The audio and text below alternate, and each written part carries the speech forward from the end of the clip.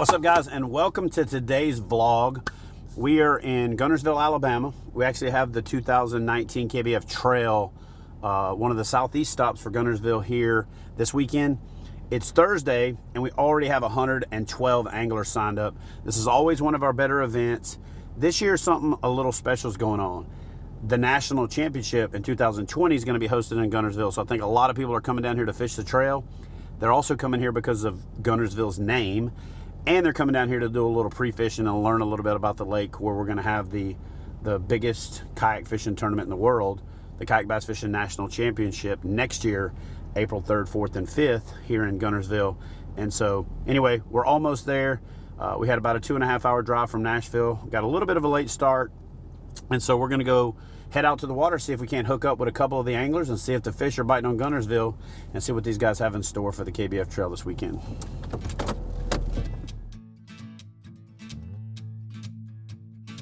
All right, so we just stopped by the Marshall County Tourism Office, met up with John Davis from Marshall County, the Lake Guntersville Chamber of Commerce, and dropped off the banners, backdrops, and checks for the tournament. And now we're heading out to hook up with Mr. Cody Milton, the 2018 Kayak Bass Fishing Angler of the Year. Cody finished 5th in the National Championship this year. The guy won the 10, won the Angler of the Year last year. Phenomenal angler, always in the conversation to win an event. So he's here pre-fishing early. We're gonna go hook up with him on the water. And apparently, Gene Jensen, who's also fishing this event, is in the same relative proximity. So Gene has either piggybacked on Cody's success or great minds think alike. We'll go find out, but we're heading up to another spot on Guntersville to go get in some backwater, try to see if I can catch a bass or two. But more importantly, show off this amazing fishery, hook up with a couple of amazing anglers, and maybe bring you guys a tip or two. So anyway, on the road again.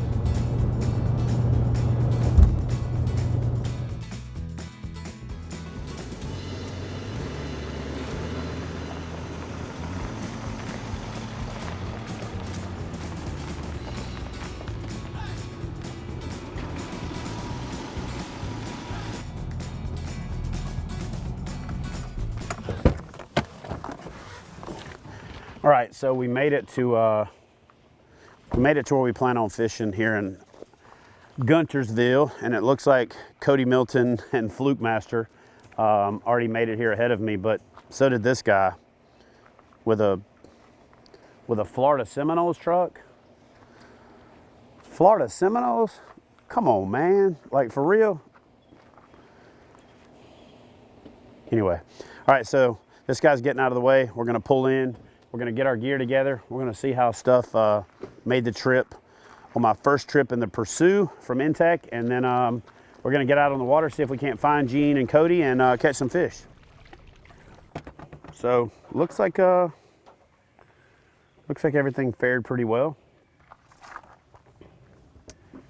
None of my rods fell down. Ooh, I got a dangler. Got one lure that fell down right here, so it's suspended in midair. But yeah, it looks like everything rode well. Let's go around the front and take a look. Yeah, it looks like my little cargo retention net kept all the linens back that way. My little DZ boxes. These DZ boxes are awesome for keeping your gear organized. They're actually lockable, so if you wanted to lock them into the back of your truck, you can. And they just fit. They fit perfectly, you know. Now let's see how we fared on the. Yeah, everything's good. Everything rode well. Everything's clean. My refrigerator is still on, so looks good. I like it. So what we're gonna do now is we're gonna get the kayaks untied, prep our gear, get ready, unload everything, head out on the water. We'll lock this dude up, park it like a boat trailer, and then we're gonna go find Gene and Cody, or just fish and pretend like we looked for them.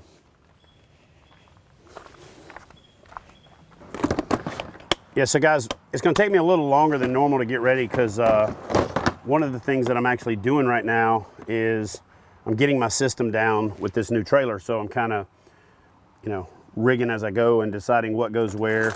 Like, it didn't make a lot of sense for me to put my my depth finder in this box that I got to pull out.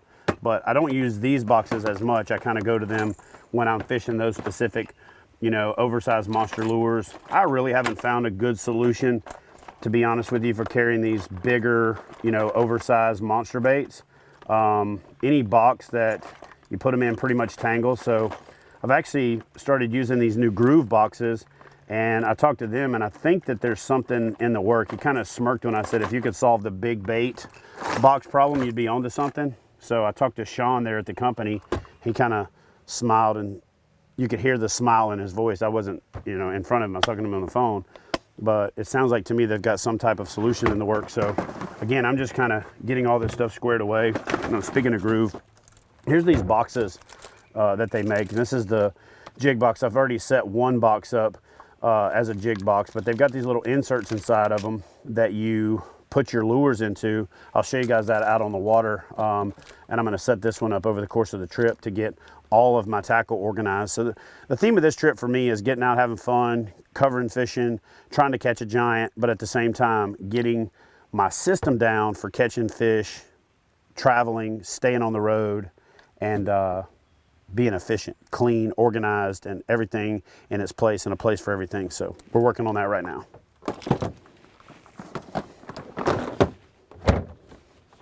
So let me show you guys something before we get out on the water. 9 times out of 10, this is inside the console, so you don't see it. And I keep a backup inside the hull of my Bonafide. But this is a Dakota Lithium. This is a 12 volt, 10 amp hour. And so when I first saw this thing, I was like, there's no way that it's gonna last as long as what somebody told me it was. So what I did is I took this thing and I put it next to another exact 10 amp hour from another company. I'm not gonna bash anybody's name, but I hooked them up to a light, and then I set them up in my shop, and I just let them run down. This one lasted almost 3 times as long as the exact same amp hour rating. I actually pre-charged both of them to 100%. These things hold their charge. They charge easier. Stupid lightweight. This thing is about 1/3 the weight of an equivalent lead acid. So again, it's super lightweight. It's crazy efficient. And so honestly, when I first got it, I called the folks at Dakota Lithium and I said, look, you're underrating your batteries. And they said, well, it's not that we're underrating them. It's just that a lot of people overrate them. So we're not going to get into the game of, you know, doing that. So this is a 10 amp hour. I run my HDS and my TI. I run my TI on this thing pretty much all day long, but when I jump up to the HDS, I'll generally get about 3/4 of a hard day of fishing. Have another one in a dry bag inside the boat, switch them out, and then I get another day. But if I go to standby, or if I turn chirp off, if I limit my time, like if I'm paddling and if I just go to standby, I can get 2 or 3 days out of one of these with even the biggest unit out there. And I think that's one of the things that people don't do enough of, is they don't use that standby mode, or they don't turn off some of that higher power consumption. But even if I don't, with the TI, I pretty much get as much as I need out of this thing for a day of fishing. With the HDS, I get about 3/4 of a good day out of it, but I always carry a backup, and then I've got it in a dry bag and I switch them out, and that's 20 amp hours of power. And then I know folks that run down 20 and 30 amp hours of other manufacturers, and I've never done it with these running 2 batteries. So Dakota Lithium, that 10 amp hour, yeah, 12 volt lithium, lightweight, power, you know, what more can I say? So again, I want to take the time to talk about this, especially since we're doing this vlog thing, because a lot of times I don't show the setup stuff. I don't show the stuff that you don't get to see. And this thing is usually inside my dry pod, and the other one's inside a dry bag. And when I need to change them out, I don't show that either. So again, I'm going to show you guys some of the stuff and some of the products that I really believe in. Plus it looks cool with the KBF sticker on there, because it's, you know, the red, white, and blue. Yeah, so anyway, Dakota Lithium. Let's get finished setting up. Let me show you what I'm starting with. These fish are in all 3 phases of the spawn right now. There's some fish pre-spawn, some fish during the spawn right now, and then there's fish that are post-spawn. So I'm gonna throw this little lightweight umbrella rig, you know, multi-rig. Got a minnow color pattern on there that I think is gonna do really well. I can throw this thing at super light. I can let it sink and get it deep. It's weedless, but the hook, you don't have to skin it because there's a nice little pocket in there. I I think this is from Redline Lures. That thing is pretty cool. So I'm taking one little multi-bait umbrella rig. I'm taking a spinner bait. I'm actually going to go a little obnoxious. I'm going with a bigger willow leaf and the little Colorado kicker, chartreuse and white. The water is somewhat clear and the sky's up. Got the double blade color, and then this underspin on this fish head lure is pretty sweet. So been having a lot of success with that thing. Gonna take it out there and put it to work.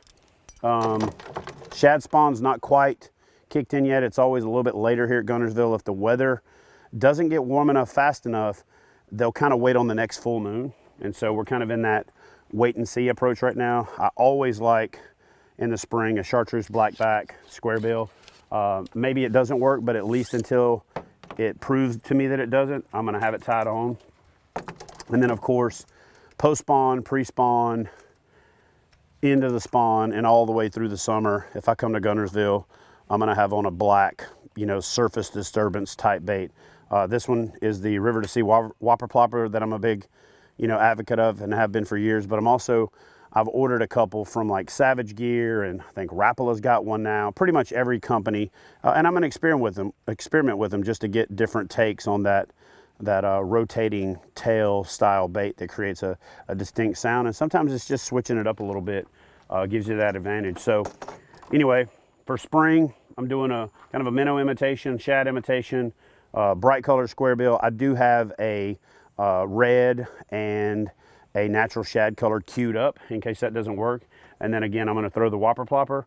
The great thing about throwing the Whopper Plopper is I also throw it on my frog rod, and I've got a few hollow bodies queued up. And if this doesn't work, or if I get into too much grass, or if I find a spot that's perfect, I'm just gonna switch that out. Now I've got several rods with him. I'm gonna take 4 today. Keep it simple. I'm pre-fishing, I'm looking for fish, I'm experimenting. So I'm not gonna send, I'm not gonna head off with 100 rods. Today, I'm gonna keep it simple. I'm gonna go with what I know. I'm gonna go out there, and if I don't catch fish and there's something that I think, oh man, I should have brought the spinning rod, and I should have thrown a Ned rig, or I should have done this, or I should have done that, then I'll do that tomorrow. But today, I'm just gonna get out there. I'm not gonna kill myself, do some experimenting. I'm mostly looking for fish, checking the water conditions, looking for fry, taking an assessment of the fishery. So I'm not going crazy taking a bunch of rods.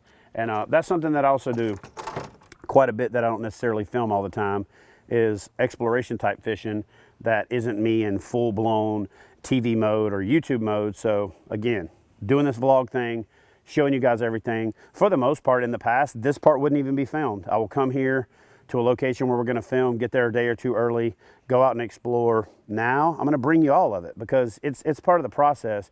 And I think it's the missing component to what I've been bringing you, so that you understand what it takes to get out there and catch fish consistently, and to catch fish successfully. If you look at these two guys over here who are, successful in their own rights, Gene is a content creator, Cody is an accomplished fisherman and the angler of the year. He's here early, he's experimenting, he's, searching the water, he's doing an assessment and trying multiple places so that he can narrow down exactly what's going on. And, there's no substitution for the tow factor, time on the water.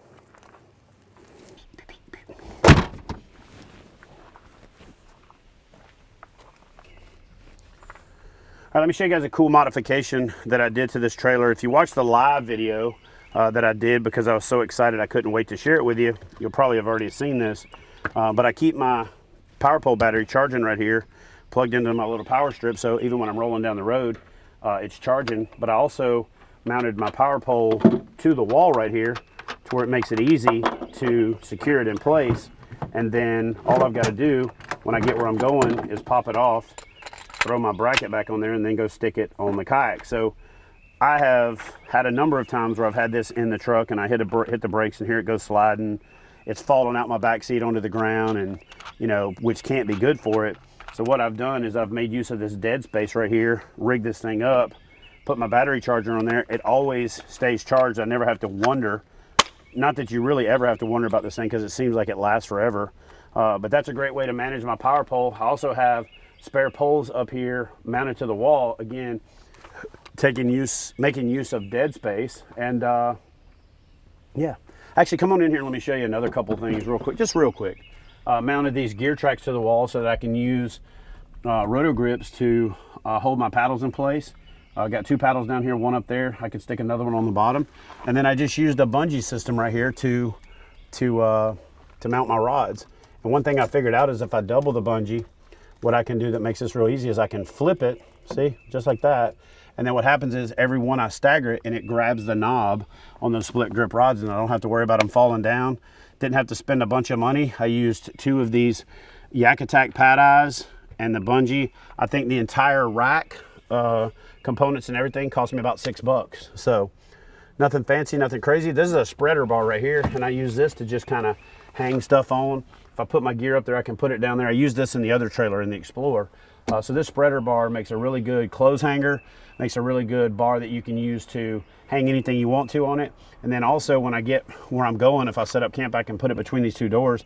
I can use it to hang wet clothes on and let it dry. Just, I don't know if you could tell, but I'm pretty stoked about my new little home away from home, my rolling office, my rolling base of operations. Again, I still got some kinks to work out. I've still got to kind of get my system down where it don't take me an hour to get on the water. But I think when it's all said and done, this thing is going to be the perfect mobile office, home away from home, gear storage, and, you know, fat boy storage when it's time to take a nap. And got the kitchen with me. It's going to help me stay on track with my diet. Like literally, it's going to help me kind of live my best life, get everything together, organized, and that synergy that you need, you know? So I'm excited. The only thing that I don't like about it is the times that I don't take it. You know, if I'm taking the rack and roll or if I'm taking the Easy Rider, I'm going to have to go back to my old way. So I'm sure I'm going to miss it the times that I'm going to places where I can't get this bad boy, which hopefully we'll find out there aren't any places that I can't get it. So we'll see.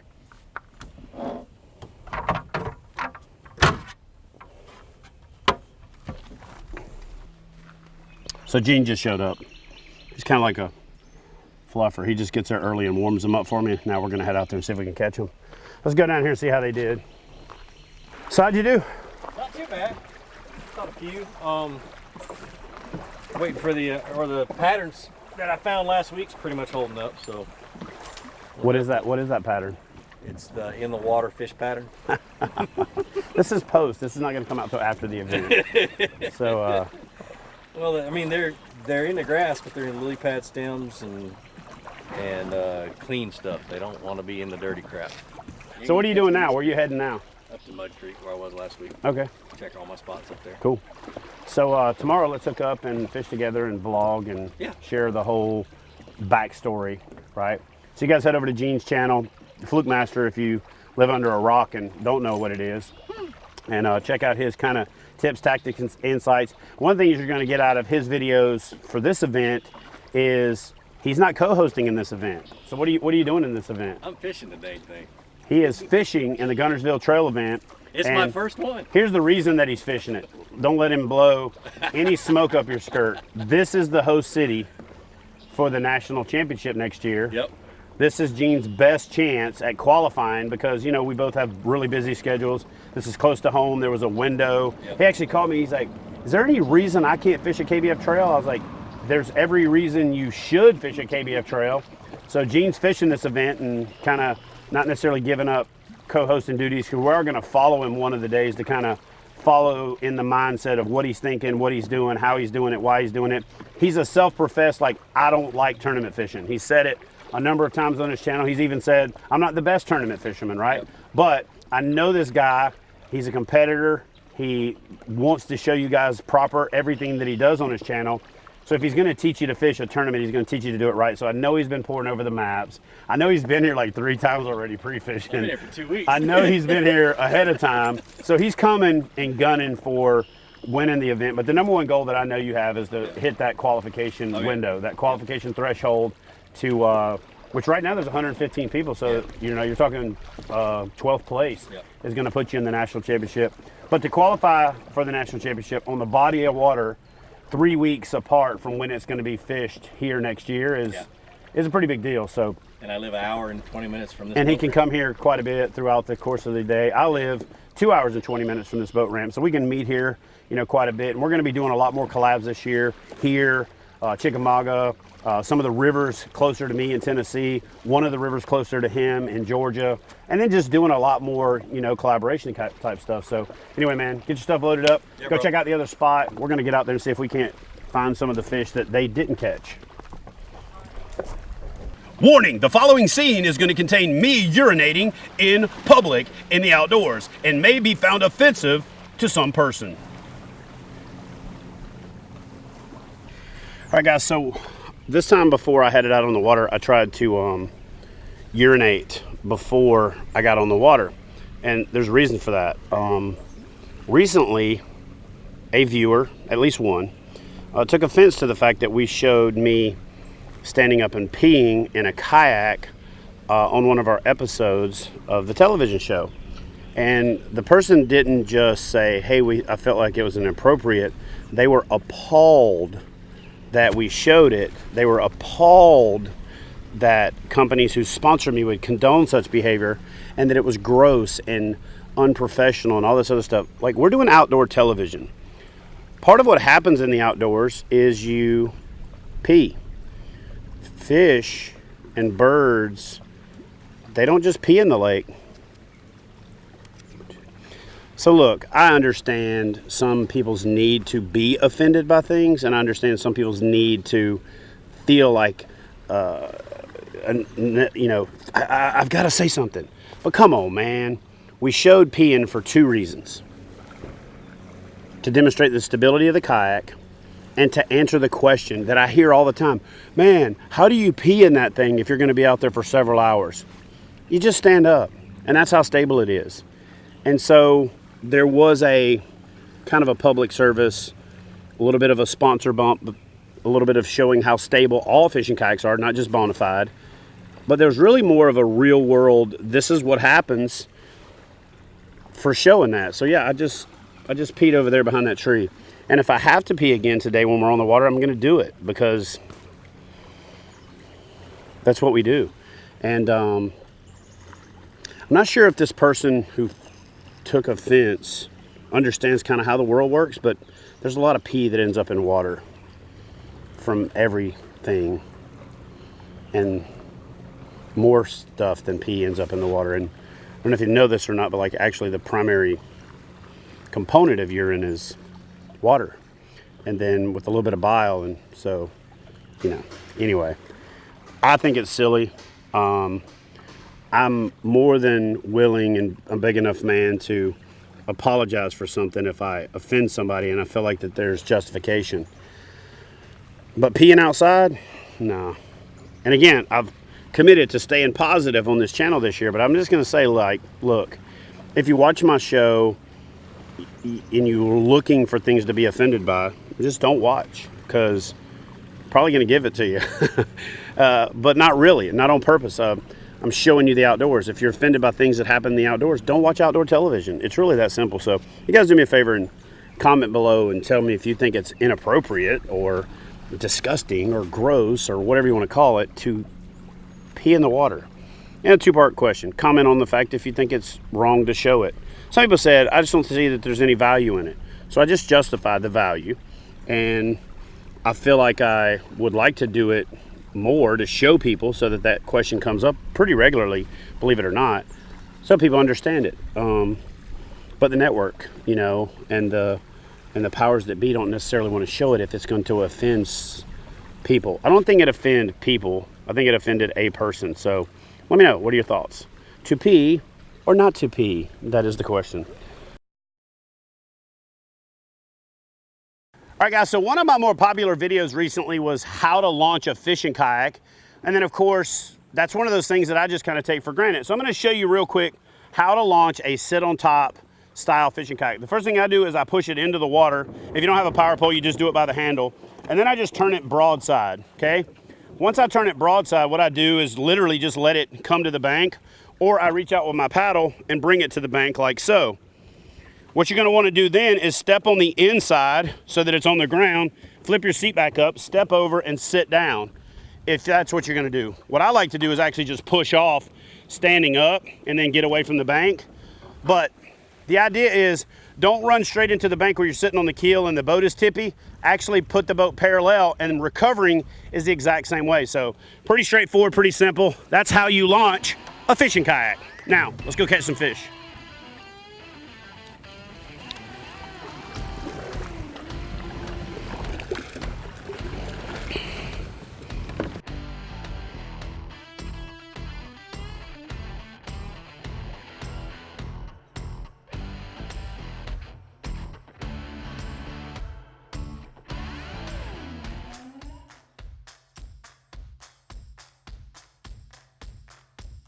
Yeah, fish on. Here we go. All right, hold on, buddy. He took it down in the grass. I think no, it came off. Well, they like the horny toad.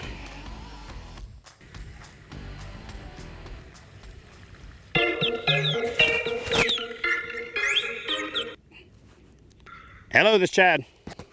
Hey, Chad, this is Drew from FLW. How's it going? What's up, Drew? I had you saved in the phone so that I would recognize the number. Otherwise, I'm not answering anybody because I'm filming an episode down in Guntersville right now. So if I say fish on, just hold up for a second so I can do the audio part, and then okay, so this is live. Live action, man, live action. So you don't mind. Sir. Hopefully, you don't mind being recorded because we're gonna put this in the vlog leading up to the FLW event. So.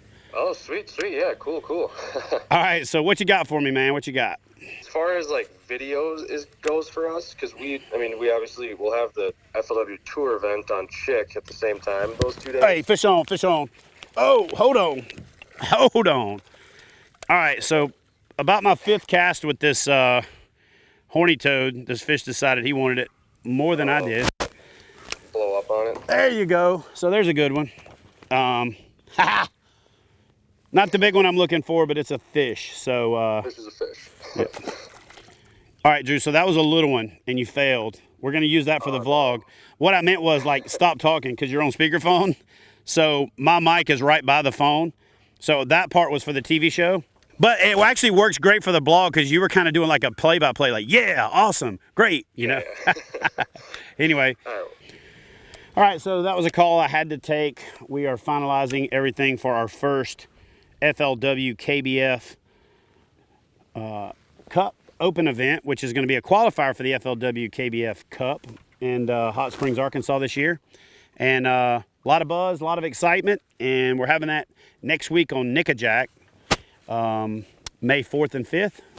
A lot of buzz out there, both from the kayak side and from the boat side. Folks are excited to see this partnership and where it can go, and I'm pretty excited about the opportunity. So KBF Cup Open, Cup in Hot Springs, open on Nickajack. Nickajack is between Guntersville and Chickamauga. A lot of people refer to it as like Little Guntersville, and I'm excited to see how the anglers perform.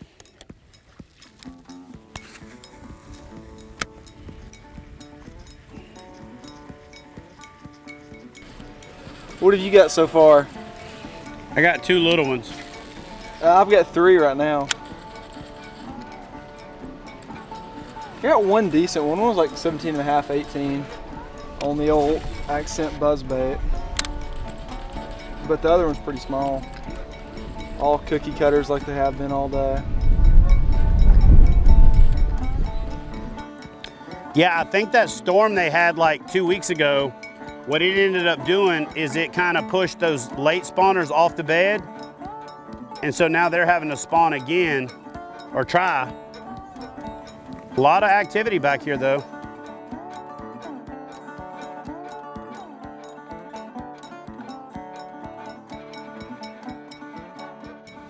So, you mean to tell you the secret to stand up paddling? Yeah. Here, Trey paddles back with me, so I'm not trying to sword fight with a toothpick. Are you filming this? Cool, let's bring a tip on how to stand up paddle. Look, dude, this is a tip, man, straight up. Especially when you're back in the stuff. Nobody does this right. You see everybody doing this for one. You can't generate any power. So you need to be up here, which is why you need a shorter paddle, which is why it's counterintuitive, but a lot of people go for the longer paddle. But look, when I'm stalking big bass, this is what I do. I go down the side of the boat, and then when I get right here, I actually go knife edge and come back up. I never take my paddle out of the water. But I also did it too much. You see that noise I made? I don't do that noise.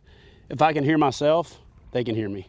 So I'll go back real slow, and then also you can manage your boat position. So if you don't have to change sides either. You just bring the paddle blade knife edge, and then you just go out to keep the stern from coming around, and you just kind of basically you're stand-up sculling. See how I'm moving? Yeah. And then what happens is, you know, obviously we both use power poles, but let's say you're paddling in and you see a fish and they're on a bed or something, or they're next to a log. You know, all you do is just bring your paddle back and brace and just push back. And then you stop, then you're good.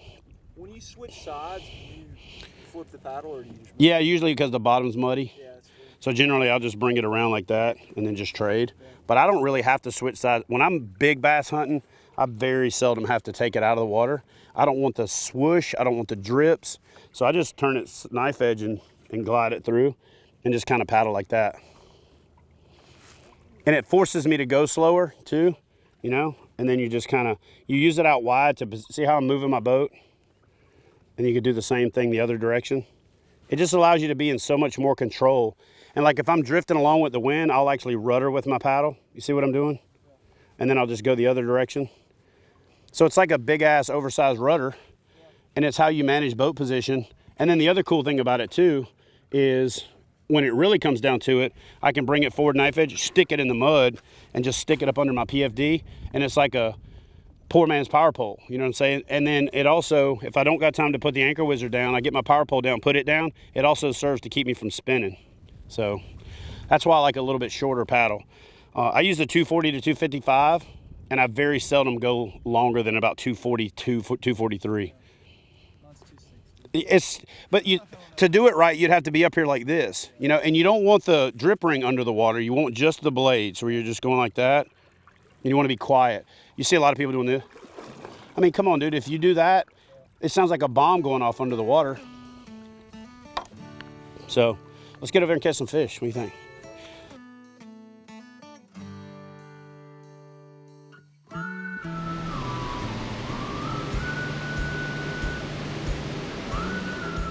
All right, guys, so as you can see, the weather's getting pretty nasty. We were gonna do this whole loading sequence with Cody, but the weather was so bad, he like backed his escape van in there so fast and had the kayak in there that it was gone, done. So we'll just have to get that a little further down the road. So Cody, how'd you catch him today? Man, I caught him on, it's kind of the same national championship combo. I was throwing the accent buzzbait and the accent. Oh, I meant like, how did you catch him? Like good, bad, or bad? But hey, if you want to tell him how you caught him, even better. It's not in the air for a while anyways, so it's okay. Yeah. But no, we got him good. I probably caught around 20 fish. It just kind of, depending on if wind was coming or not, you would start catching them and get slack and kind of get tough again. But it was good. So we separated there for a little bit. Was that one that you showed me the picture of earlier? Is that still the biggest one? That was the biggest one today. Okay. Yeah. And you caught that one on the accent spinnerbait. Were you near me when I hooked that big one when I was on the phone with FLW and lost it? Yeah, I saw it. You know what that was on? Yeah. That was on a chatterbait in the exact same color. Was it really? It was that bluegill? that fish head primal. Yeah. It's got that little underspin under its bluegill color with that little orange belly. And she smashed it, and I had my phone in my PFD, and I go like this, like, hold on a second, and just about that time, she got me straight and threw it and tail danced. It was a good one. I didn't get any video of it, but she was 5.5, something like that. Yeah, easy. I went behind you with the fluke to try to catch it. Did you see it? Yeah. Oh, you did see it? Yeah, it was a good fish. It was. And then I missed another one while I was talking to Chris Hoover from FLW, and honestly, I just, oh, you saw that one too? That was the one, I just jerked it out of the mouth. Yeah. So had my chances. There's some good fish here. The storm coming, I was kind of hoping that was going to be the trigger, and it was for like the last 15 minutes. I caught a few dinks. Yeah. Wasn't even worth turning the camera on. So you probably caught 20. You were out here early, right? You were out at daylight. Yeah. I got here 10 after conference calls. Got on the water about noon, and probably still caught 6 or 7. Missed 2 good ones. You know, Guntersville, man, this place is. It's a good bite going on. It is unreal. And what people don't realize is back in these coves and these flat waters and these hard to get to places, it's always like this. Yeah. You can come back here in the wintertime and catch resident fish in these coves, and it's stupid. So you're gonna go try another spot? I think so. All right. We're gonna hang out and see what this storm does, and may even get back out in the same spot. But we'll catch up with you tomorrow, and we'll catch up with you during the tournament. So Cody Milton, Searcy, Arkansas, the 2018 KBF Angler of the Year, and he's here at Guntersville. You're gonna be at Nickajack as well? I am. He's here at Guntersville doing the back-to-back on Nickajack, where he's going to fish Guntersville, and then what a lot of people call Little Guntersville, the lake one up the Tennessee River system, Nickajack. At the same time, the FLW tour stop is on Chickamauga. Whole lot of bass fishing going on, a lot of craziness. We have 4 trail stops this weekend. We got one in Big Hill, Kansas, Lake Anna, Virginia, Ray Roberts in Texas, and here on the Big G, Guntersville, where we have the 2020 National Championship. A lot of stuff going on in the KBF world. You got no excuse to not get out there and get in a tournament, try to qualify, and one day you can maybe be that guy right there. So anyway, we're gonna head out and eat some lunch and get back on the water.